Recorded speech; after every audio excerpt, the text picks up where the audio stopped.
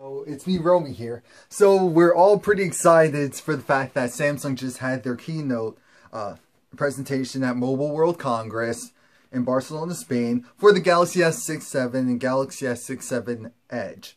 Now, here's some key things that you might have missed out on if you didn't see the keynote for as far as all the new features. One is that the battery is huge. For the regular S7 is going to be 3,000 milliamps. For the S7 Edge, it's going to be 3,600 milliamps. And that's just amazing because, of course, I'm going to go with the Edge. But along with the Edge having a larger battery, it's also longer in screen size and just size in general. Because instead of making the screen wider, they increased its height so that one-handed usability could still be relatively good. So it's now at 5.5 inches instead of 5.1, which is what the regular S7 will be at. Also, they've partnered up. We already know that as far as Oculus is concerned, Facebook and Oculus are working with Samsung. And side note, when Mark Zuckerberg actually came out there, it was crazy. It was like everyone else was talking about the S7, and one of the biggest times that they were applauding was when they announced the fact that the battery is actually bigger. I mean, that got people excited, actually more excited than the micro SD card slot coming back. And by the way, with the micro SD card slot, now it's up to 200 gigabytes. That's the card that you'll be able to read. So that's amazing. Shout out to Samsung again for doing that. Of course, wireless charging and fast wireless charging comes to it. It's going to have 4 gigabytes of RAM, just like the Galaxy Note 5 did.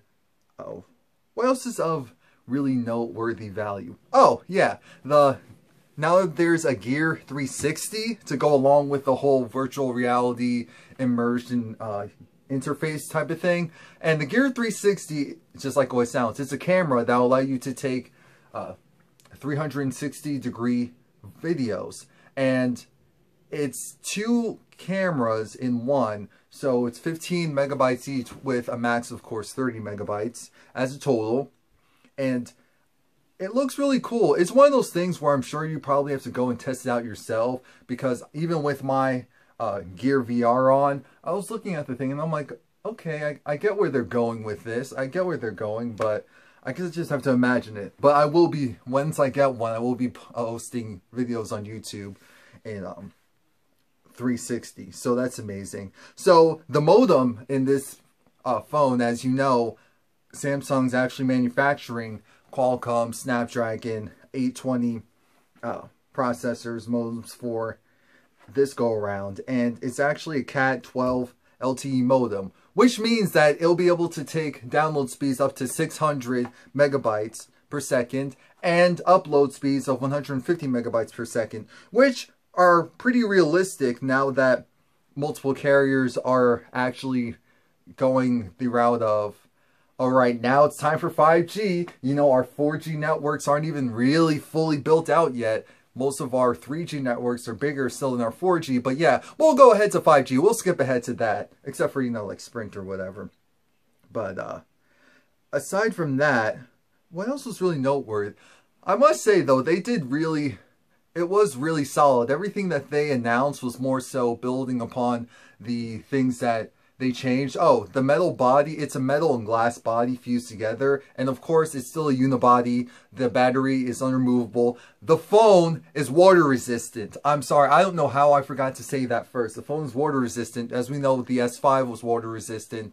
And then to make sacrifices, they took that feature out of the S6. But now the S7 is water resistant. So shout out to them for doing that. It also employs liquid cooling so that the phone won't get hot while its processor and GPU is at work. Oh, and speaking of the GPU, they've partnered with Qualcomm Graphics, and they also have a game launcher. The game launcher essentially helps.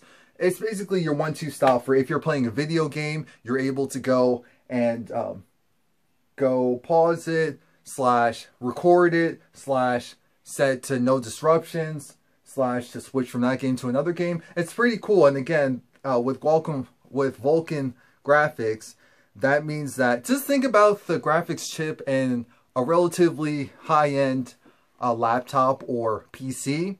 And now imagine that in your Galaxy S6, 7, or 7 Edge.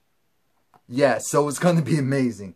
It's going to be amazing. I can't wait for this thing to come out. And speaking of it coming out, it will be available on March 11th globally, for the most part. You know, other markets will take longer to launch, but it looks like Samsung realized that the whole wait like 2 months and then we put up the phone and then we can only put out a couple at a time.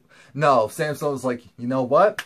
We're announcing it. It's the 21st, and on the 11th, it will be officially available. It's for order, and if you pre-order it, you get the GearVR. You get one of these for free.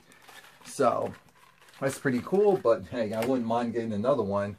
So you know I'm definitely gonna go and order mine once the pre-order starts. And apparently, I believe T-Mobile is doing their pre-order on the 23rd, and I didn't see when AT&T will, but I don't have either of those, but I may soon in the near future. So currently on Verizon. Anyway, so that was it. Please like, comment, subscribe. Let me know what you think. Are you guys excited for the S7 and the S7 Edge? Which ones do you prefer?